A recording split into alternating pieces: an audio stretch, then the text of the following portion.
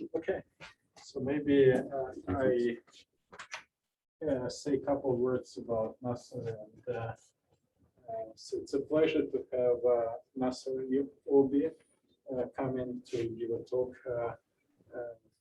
all the way from Morocco with a short stop in University of Wyoming. Nasser is now on Fulbright scholarship from NSF, so he spent 1 month, I guess 1 month in University of Wyoming at Laramie, and his next stop at Yale, where he will work with David Evans on paleomech and geochronology. Today, Nasser will talk about Neoproterozoic history of Morocco and how it's relevant to initiation and the end of short-lived Gaskiers glaciations. Morocco is well known to Precambrian geologists and to astrobiologists.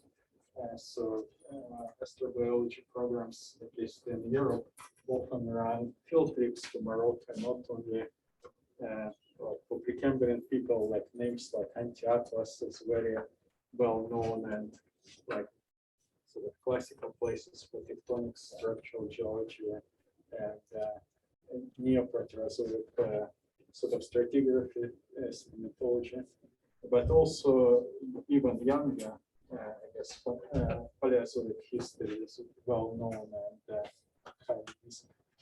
And so it's a pleasure to have Nasser talking about history of Neoproterozoic history of Morocco.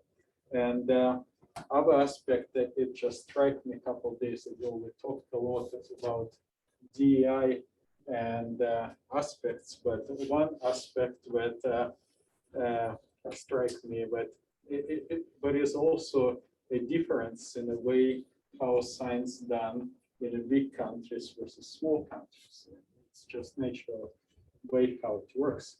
So like in the US, we typically focus to be a specialist in a narrow field, and that's help us with funding.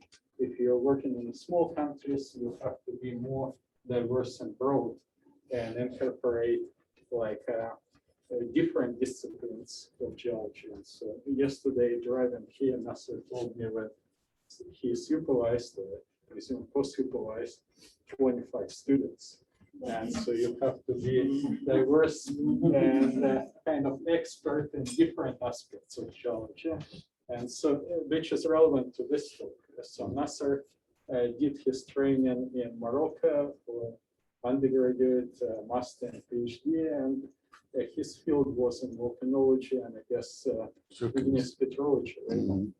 And but talk is somewhat relevant to it, but not directly. It's on interface of several fields. And so through this interaction of this building knowledge in fields of sedimentology, stratigraphy, and igneous petrology, that's where he came to this talk. So this.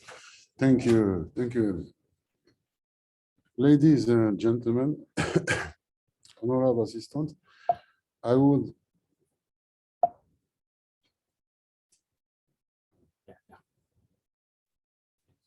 here the outline of my talk. I will begin with a mental. I would like first to draw your attention that my English is not fluent. So if I am in the catch-22 situation, Andre will help. Since I learn in French and I learn English lately when I was 50 years old. So this is the outline of my talk. I will begin with an introduction.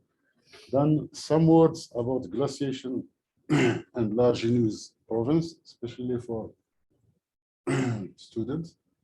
Then I will talk about Neoproterozoic glaciation of the northern part of the West African crater, the Leprocore of the West African crater, and then I will expose one case where there is a possible link between a lip called the Central Iapetus Magmatic Province, which is Ediacaran, and the Gaskier glaciation. So to begin, during the Neoproterozoic, we have several events. And if we focus on lips, we have, for example, here the Franklin lips. Here in this color, the Wadung lips with the H, and the Central Iapetus Magmatic Province. We have 3 events of glaciation, what we call the Sturtian glaciation, beginning around 717 until less than 660. We have the Mauritanian glaciation, as you see, I think is 645 to 635, and the Gaskier glaciation around 580. Well, the only glaciation that are global is the Sturtian glaciation and the Mauritanian. It is not until now demonstrated that the Gaskier glaciation was a global glaciation. We have an important event is the rifting and the breakup of the supercontinent called Rodinia. And we have also another event is the assembly at the end of is the assembly of Gondwana. So some words on glaciation first.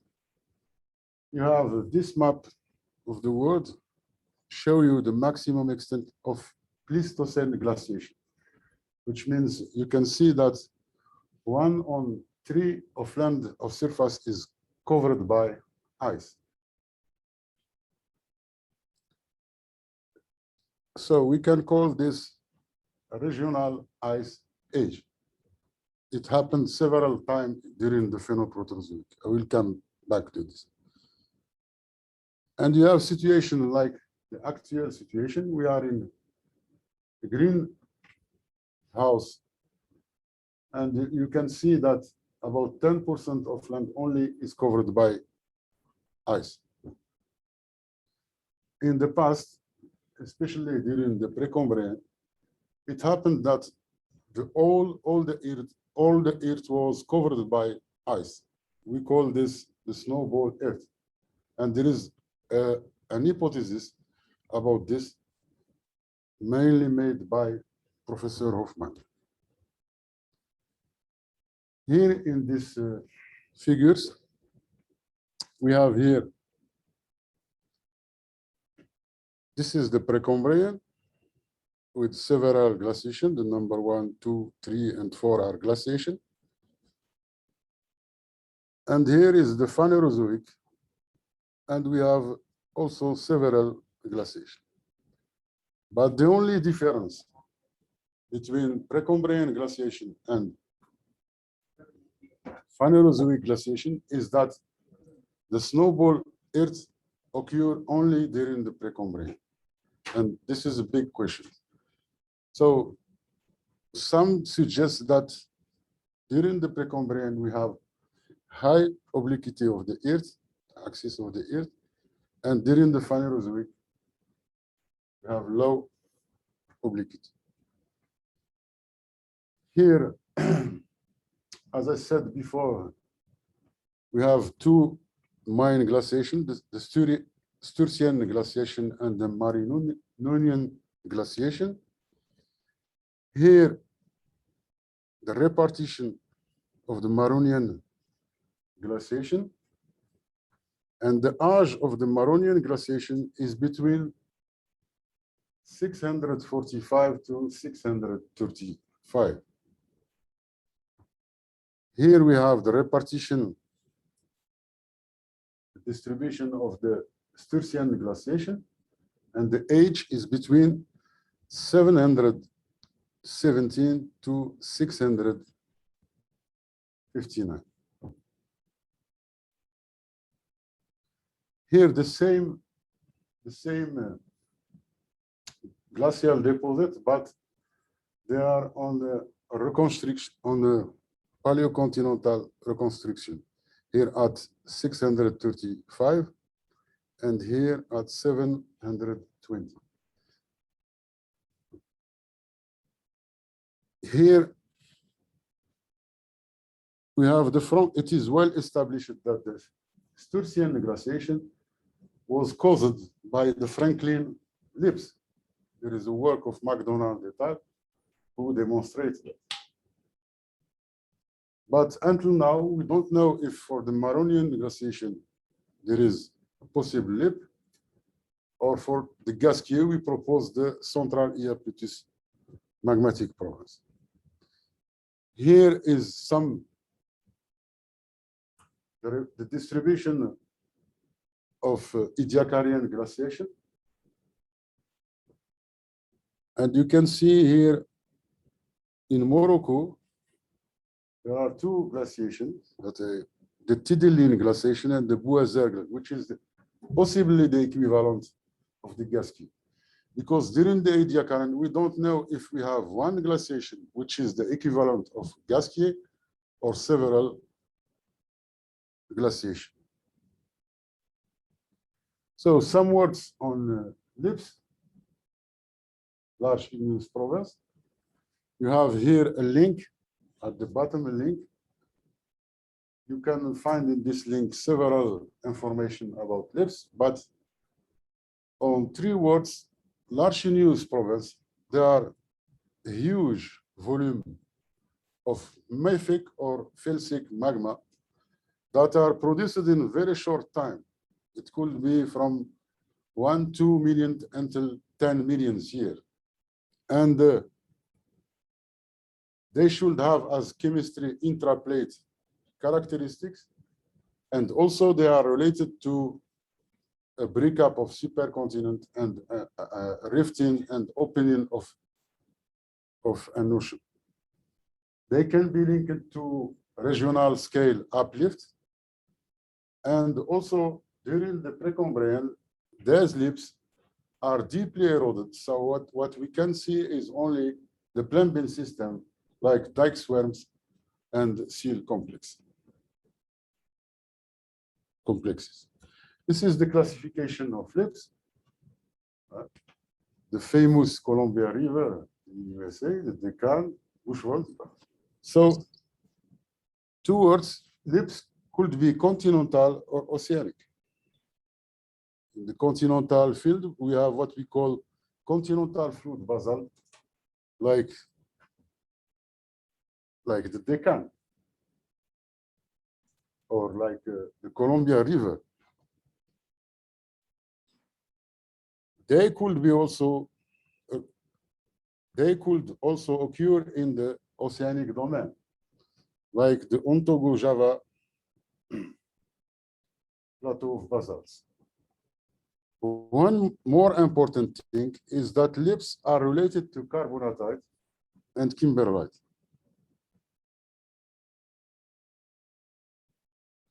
There is a book of Richard Ernest, an interesting book exclusively dedicated to large igneous province. And there is also a paper if you would like to have more information about lips. How about the Neoproterozoic of the northern part of Western African Craton? Here is Morocco. It is located in the northern part of Africa. Here is Europe. This is Portugal and Spain, Mediterranean Sea. And here it's Algeria. In the south here is Mauritania. And here is Mali. So in these figures, with the green, we have trace of Precambrian glaciation of presumably Maronian age, and in red, trace of Ediacaran glaciation, And in red, but with question mark, there is glaciation, but we don't. In fact, the exact age of all this glaciation is not well known.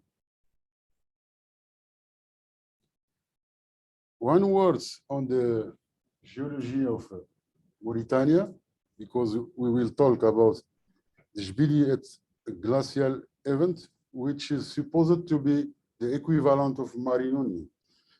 So the geology of Mauritania is simple. We have here the boundary of the West African Craton, which is mainly constituted by Archean and the Paleoproterozoic. We have then this belt, which is this belt called the Mauritanian belt is Variscan, is like the Appalachian here in US. And you have a great and a large basin called the Taudini Basin. And here, a coastal basin related to the rifting and the opening of the Atlantic. So if we focus on the stratigraphy of this basin, we have this, we have two supergroups, supergroup of Haut and supergroup d'Adrar, okay? And we have several groups. And the level where we found trace of glaciation is in the Jubilate formation. Not that this basin have an age from the Paleoproterozoic until the Phanerozoic. You can find also Ordovician and Silurian.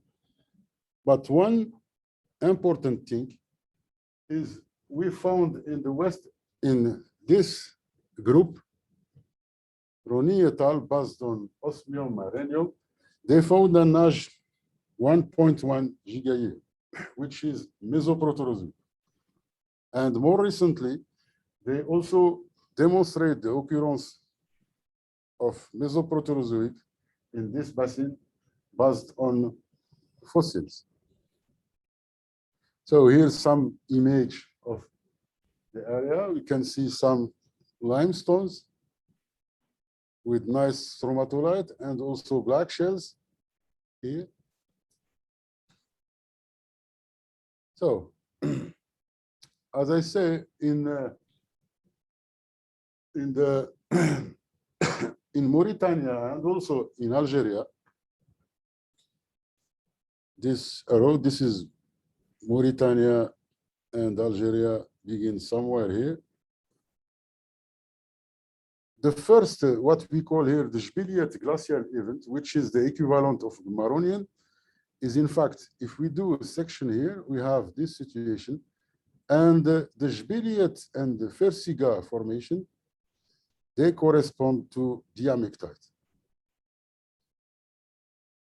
The diamectite is about 50 meters thick. We have also nice cap carbonate with 3 to 5 meters. And the age, as I said before, is poorly dated, is between 622 to 569, because usually, as André could talk about this, usually it's very difficult to find a Nash volcanic level to have good dating. Usually they use detritical zircon, which give only the maximum and the minimum age of the deposits. Well, I'm here also to make some promotion to my country. So I will give some words about Morocco. Morocco, we have here the Atlantic Ocean, here the Mediterranean. Geologically, we have 4 domains from the north to the south. And we have the 5th domain is the Atlantic passive margin, this part.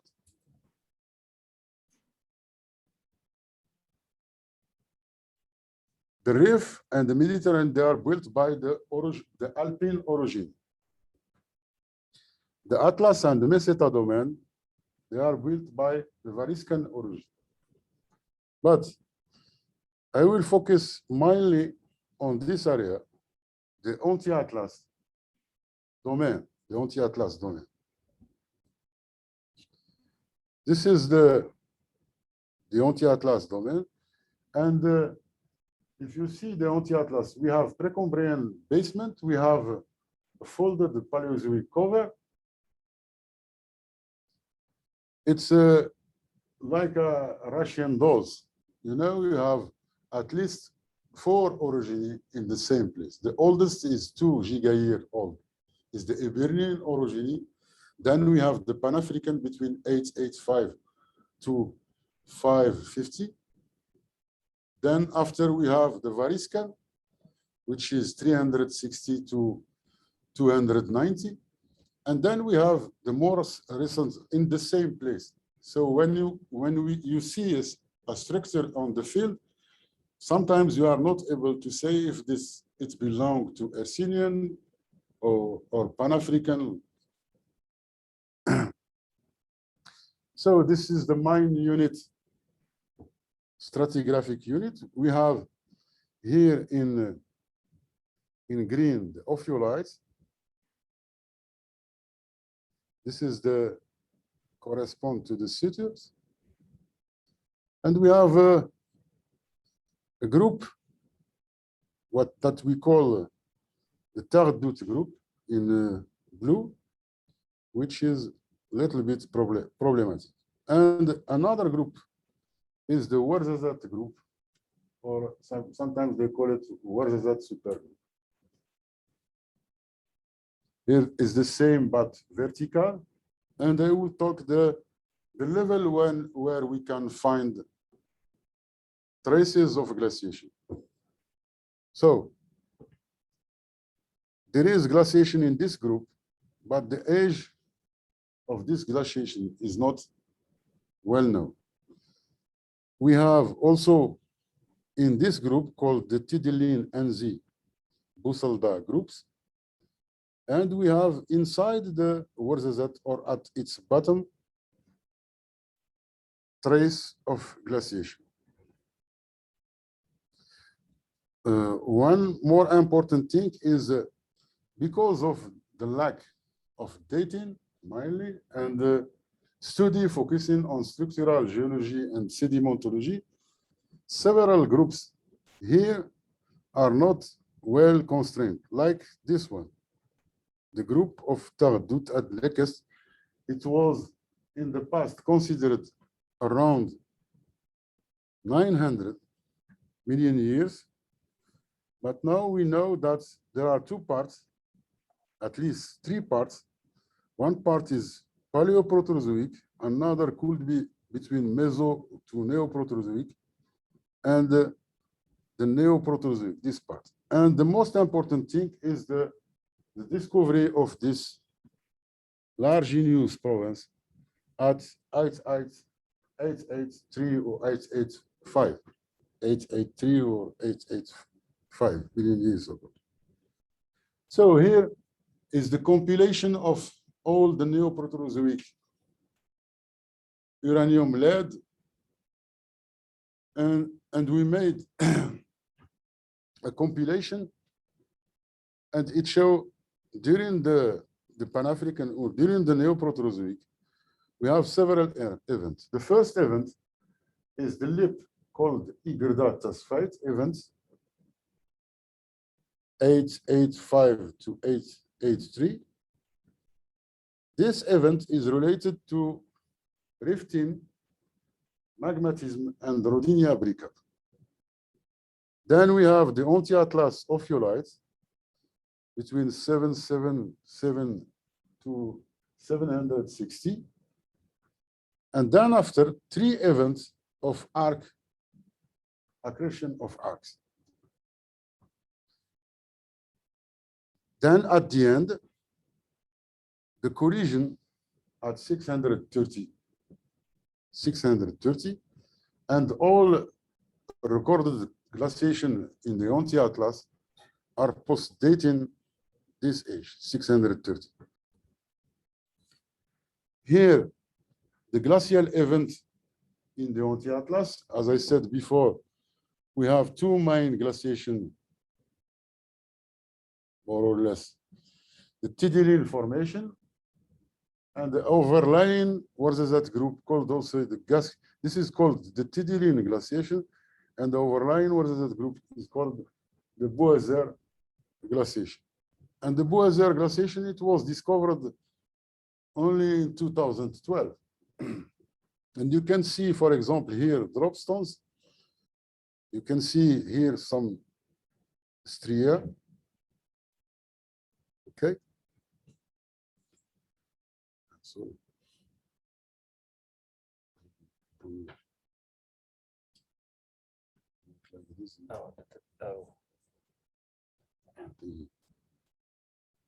you can find what we call in French relief moutonné, but it is also used by the Anglo-Saxon. This relief, like a chip,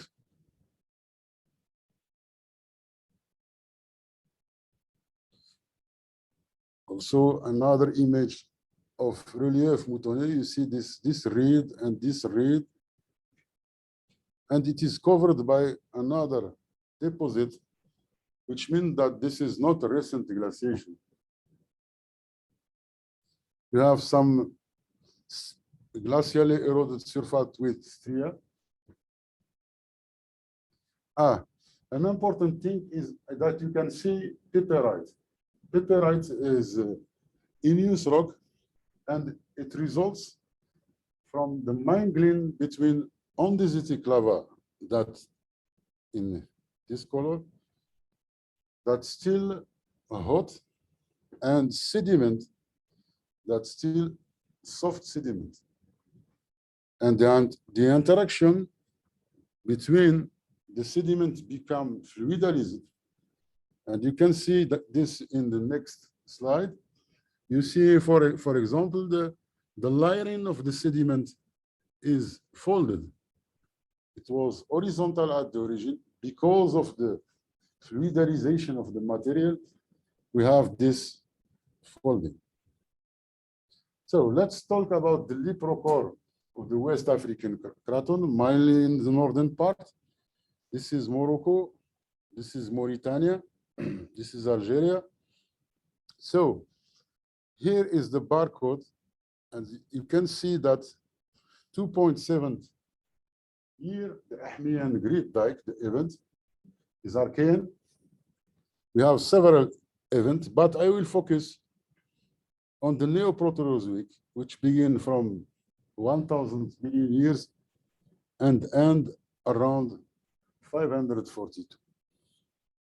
We have two main events, the Igneous phase with an age between 885 to 883, and the CIMP, or the Central Iapetus Magmatic Province, with an age between 618 to 618, maybe to 550. This is the repartition in the Anti-Atlas. This color, orange color, this group, Ouarzazate group or Ouarzazate supergroup. And you can see that it covered the wall of the Anti-Atlas. This group, the same, Ouarzazate supergroup in this color now. It has several age. There are many uranium plane dating. So it's quite favorable to do paleomag on these rocks.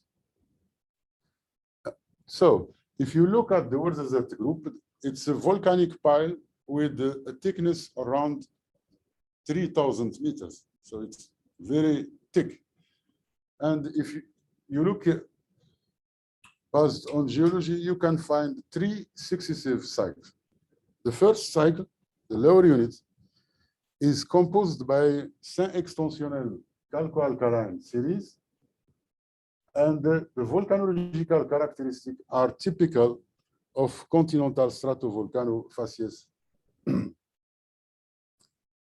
This cycle is also dominated by huge caldera, giant caldera, and also what we call super eruption like the Yellowstone eruptions.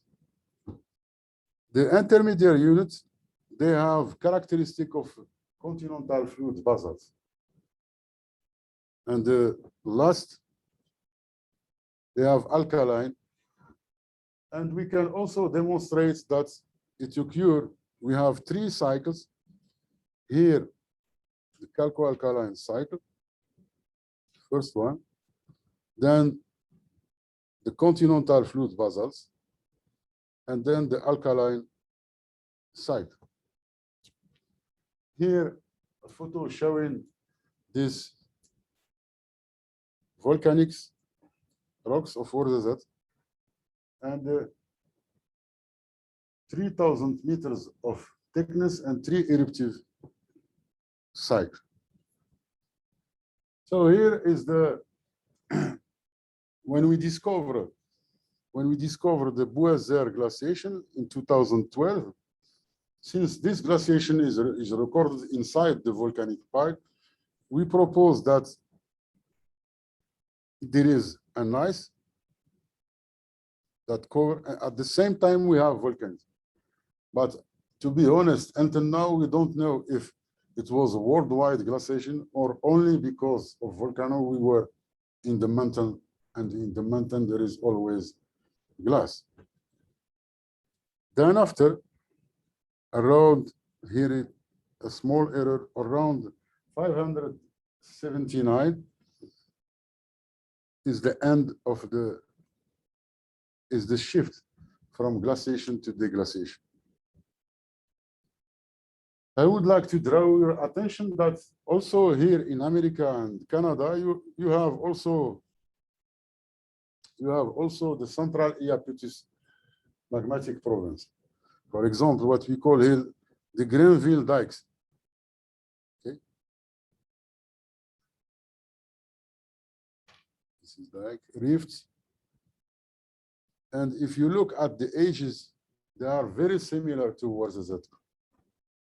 So it entered, but there is something ironic is there is another province called the Central Atlantic Magmatic Province, which is related to the opening of the Atlantic, and there is a part in Morocco and a part in East America. And curiously, in America we have only a feeder dike plumbing system, and in Morocco we have lava, and then the same situation, the same space, but time is different. 600 million years after, same situation. We have more or less similar geology with America, North America. Here, the Volyn province in Ukraine. This is also a thick succession of basalt flow, and the age is between 580 to 560, and it's also related to the Rodinia breakup and the opening of the Iapetus Ocean. Here I made a compilation of all Ediacaran glaciation, and you can see here this color are the age according to Pou et al. This is the age of the Gaskier glaciation. And this one is according to Bourin et al., the interval. If you look for the data of Bourin, the duration of the Gaskier glaciation is between 2.6 to 1.6 million years. If you look to the recent data of Pou et al., you can see that the duration is less, is 340 kilometers. But I would like to draw your attention that the Gaskier in Canada is the only well-dated Ediacaran glaciation in the world with high precision, which means when you do geochronology, you can have an age, but the uncertainty is 20 million years or 5 million years. Here, when we do high resolution, the uncertainty is about 40,000 years, plus or minus. So if you look, for example, in North Africa, here, the green, the glaciation for example, for the Bouézère, when we make calculation, is 6 million years. And for the Tidilin is 14 million years. So this is because we don't date directly the glaciation. This is the first point. And the second is that we don't use high resolution geochronology. What we can retain here is that the Gaskier glaciation is around 580. This is a reconstruction at 580. In green is the boundary of the CIMP, the Central Iapetus Magmatic Province, and the stars correspond to Ediacaran glaciogenic deposits. The red one is Bouézère in Morocco.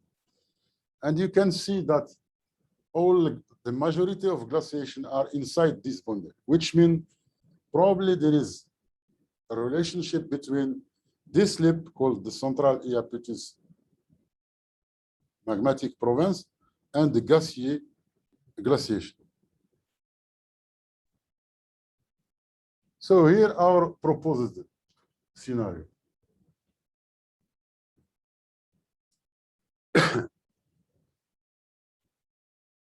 We remember that the Ouarzazate group is subdivided by 3 successive eruptive sites.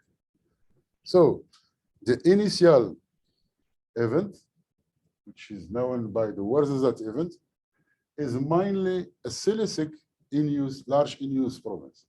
This huge volume of magma is mainly silicic and is dominated by super eruptions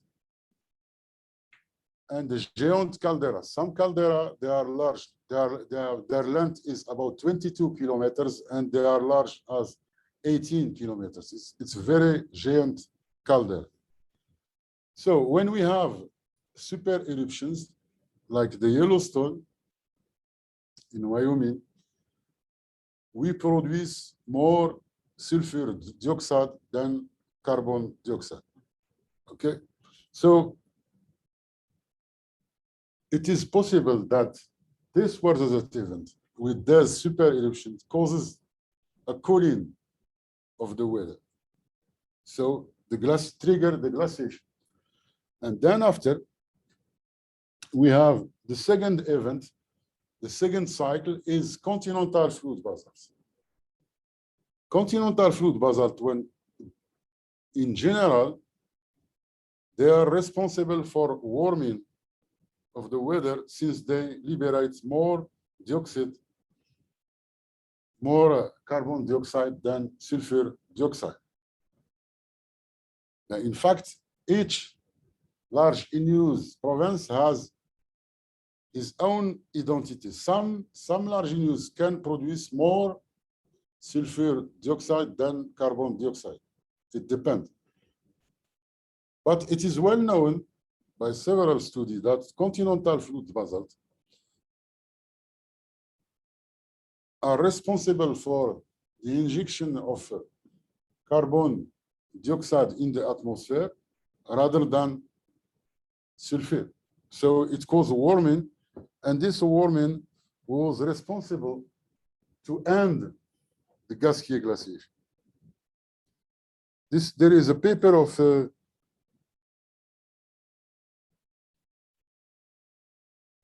Pierre Hubert et al. In Annual Review Earth and the Planetary Sciences. He gives the 5th stage of snowball Earth, and he always give an important role to volcanism. So volcanism is responsible to cause the snowball Earth, And also volcanism is responsible to end the snowball Earth state of Earth. Here, some suggestions for further readings.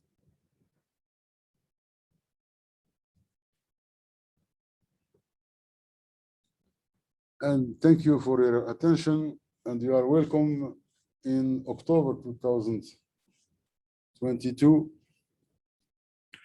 There will be a joint triple conference, the 8th International Bike Conference, Large Igneous Province Conference, and Rodinia 2022. You are welcome.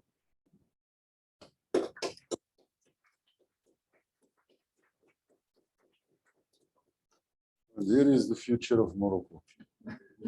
Because I am old. Any questions for Nasser? Hey, Nasser. Yeah. So I'm wondering, I'm thinking about that sort of trend of volcanism starting and volcanism ending, but more emphasis on volcanism ending the glaciations. So sort of, I think the amount of time it's going to take to build up enough CO2 has to be a really long time, right? Yeah. So the Sturtian glaciation took a really long time to get out of it. Mm-hmm. So I guess the idea might have been that it took a very long time to build up enough CO2 to get us out of the Sturtian. But for an event that only lasted 1 to 2.5 million years, Yeah. how fast would the gas, the off-gassing rate of CO2 would that have had to be to make that event last only 2.5 million years? Well, it's a nice question. But to be honest, based on the data of Pou et al., the Gaskier glaciation is very short. So because it's very short, it could never be related to snowball Earth hypothesis. Suppose more than 2 million years. Okay. Based on this, we say, what caused this glaciation? The glaciation that was caused by one event that was short-lived. Okay. We think about the impact craters. So we search, is there any impact craters in the world at 580? There is one, the Spider in Australia, but it's still until now not well dated. So with Richard, we think that this shift from calco-alkaline to the shift, you see, we have one cycle, it's begin at 618, it lasts with peak at 580, and another cycle just begin at 579, 1 million years. So this shift from one kind of volcanism, which is mildly silicic, to another volcanism, which is mildly mafic, could be, but I am not saying that the only cause of glaciation is volcanism. Not, for example, and this is just an observation, when we have a spot of life, usually we have a global glaciation and also a lip. The example of the Gabon fossil, no? Or the Ediacaran, if you have the Ediacaran, you have this fauna of Ediacaran, and also glaciation and also volcanism. I think that volcanism, glaciation are important for the and life also for the dynamic of Earth. Yeah, that's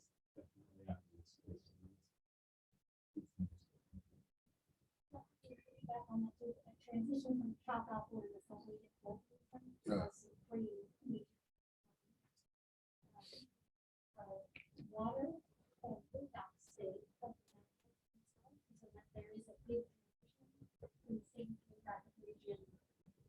short period of time.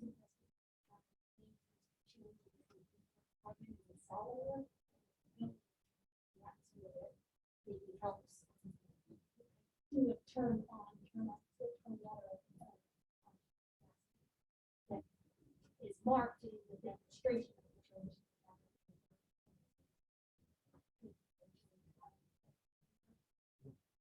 Maybe almost impossible to melt these rocks, but there's something analog. I think a lot about zero. I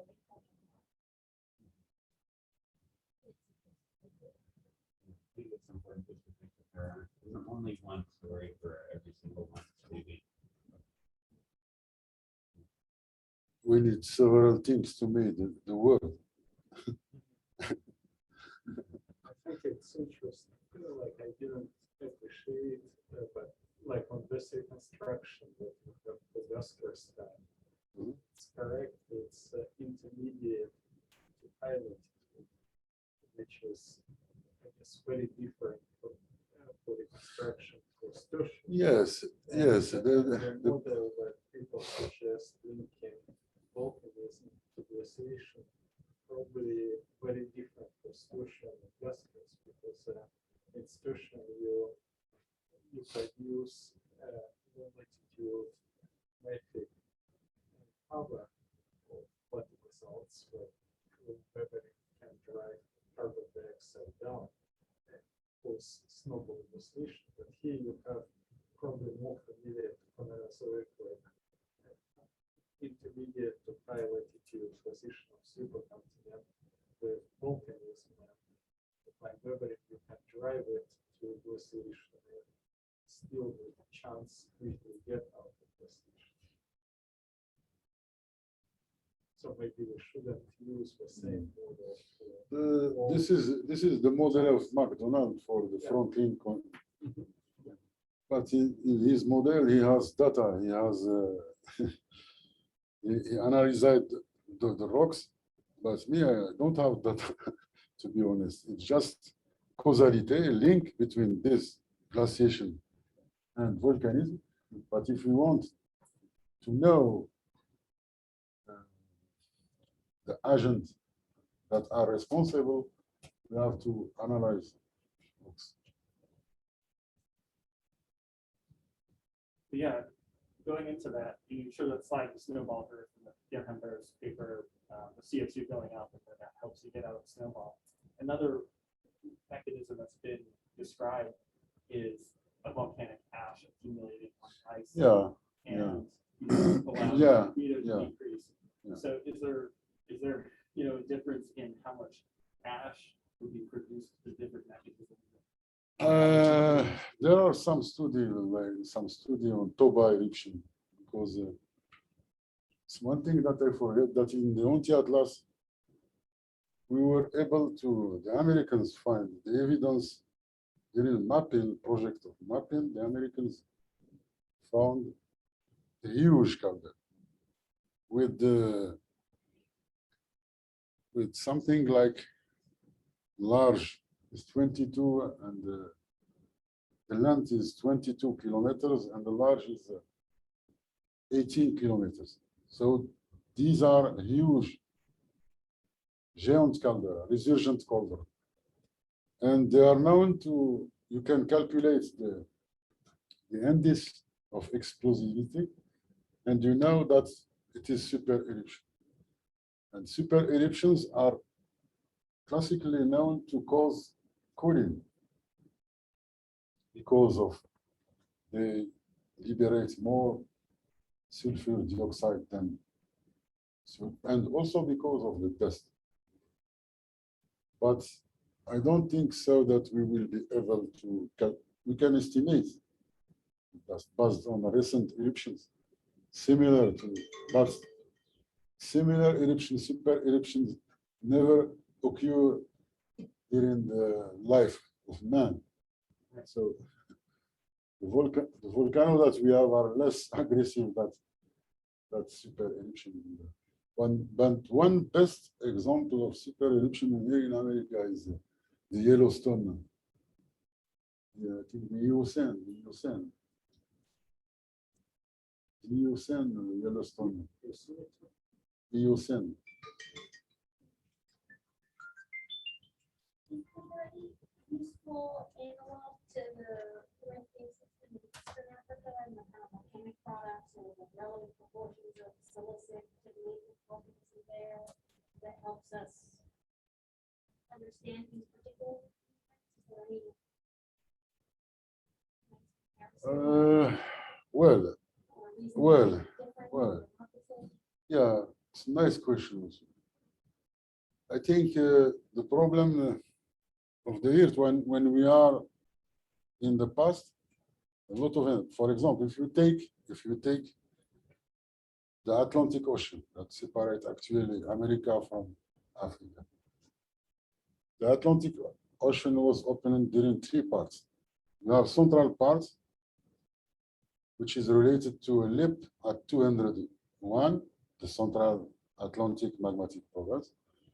You have another province, the southern part, open then again. It is related to the lip of Paraná in Brazil and Ediacaran in Namibia. And then the third part is the North Atlantic part, which is related to the North Atlantic.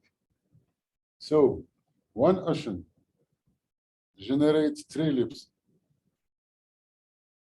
And here we are in Ediacaran, several events like subduction, collision. So you can have in the same space three lips and all lips as the Atlantic, but related to this ocean. In the case of the CIMP, CIMP is not very famous as the other province, but it will. And the first paper who describes the CIMP, he's from America called Puffer in, I think, in Rutgers University. The first paper on the CIMP was by Puffer, John Puffer from Rutgers. He works a lot on the Central Atlantic Magmatic Camp. Yeah, and he found this. But we still need more ages, more paleomagnetic data to see where rocks were, to be able to determine where is the central part, where is the northern part, where is the southern part of the Iapetus Ocean. Nice question.